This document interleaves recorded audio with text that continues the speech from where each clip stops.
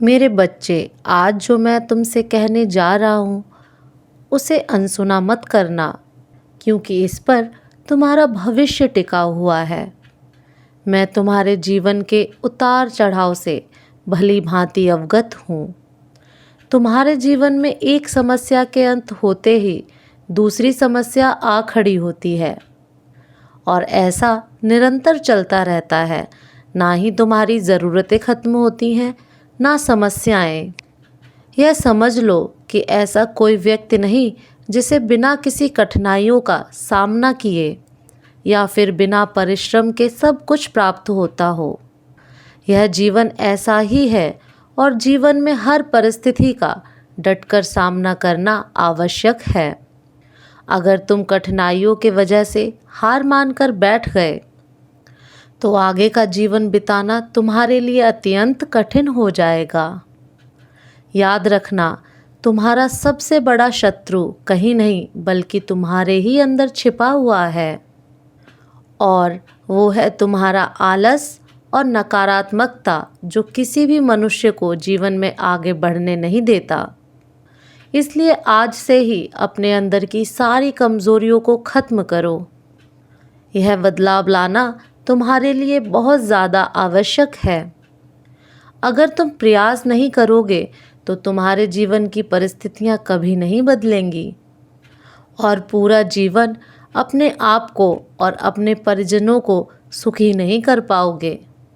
अपने आलस और नकारात्मकता का परित्याग करो, क्योंकि यह सिर्फ तुम्हें नहीं, तुम्हारे अपनों को भी हानि पहुंचाता है। तुम्हारे यह शत्रु तुम्हारा अमूल्य समय और ऊर्जा को नष्ट करते हैं। इसीलिए इनसे लड़ना तुम्हारे लिए बहुत ज़रूरी है। मेरी यह बात मानो और अपने जीवन को बदलो। तुम्हें सफलता अवश्य मिलेगी। कैसे हो मेरे बच्चे? भविष्य को लेकर चिंतित हो? मैं तुम्हारी दुविधा को समझ पा रहा हूँ, लेकिन मैं तुम्हें ये बताना चाहता हूँ कि तुम जिस कार्य को असंभव समझ रहे हो वो अवश्य पूर्ण होगा। लेकिन तुम्हें इस बात के फेर में नहीं पड़ना है कि ये कैसे होगा। तुम्हारा कार्य केवल अंतिम परिणाम की कल्पना करना मात्र है। बाकी चीज़ें तुम मुझ पर छोड़ दो। तुम जब भी कैसे होगा, कब होगा, इस प्रकार के विचार मन में लाते हो तो तुम केवल नकारात्मकता को आकर्षित करते हो। इसलिए तुम केवल ये कल्पना करो कि तुम जो कुछ भी चाहते हो वो तुम्हें पहले से ही मिल चुका है, और तुम्हें वो मिलने के बाद तुम क्या क्रियाएं कर रहे हो, तुम निरंतर उसका विचार करो। इस प्रकार से तुम अपने विचारों के प्रति सकारात्मकता ला पाओगे, और जैसे ही तुम्हारे मन में सकारात्मक विचार उत्पन्न होंगे, मुझे सृष्टि के अटल नियमों के चलते तुम्हारी इच्छा पूर्ति करनी ही पड़ेगी। तुम ये एक बात जान लो, मेरे पास इस संसार में तुम्हें देने के लिए सब कुछ है, लेकिन मैं वो सब कुछ तुम्हें केवल तभी दे पाऊँगा जब तुम किसी भी चीज़ को पूरी तरह से अपना मान लोगे।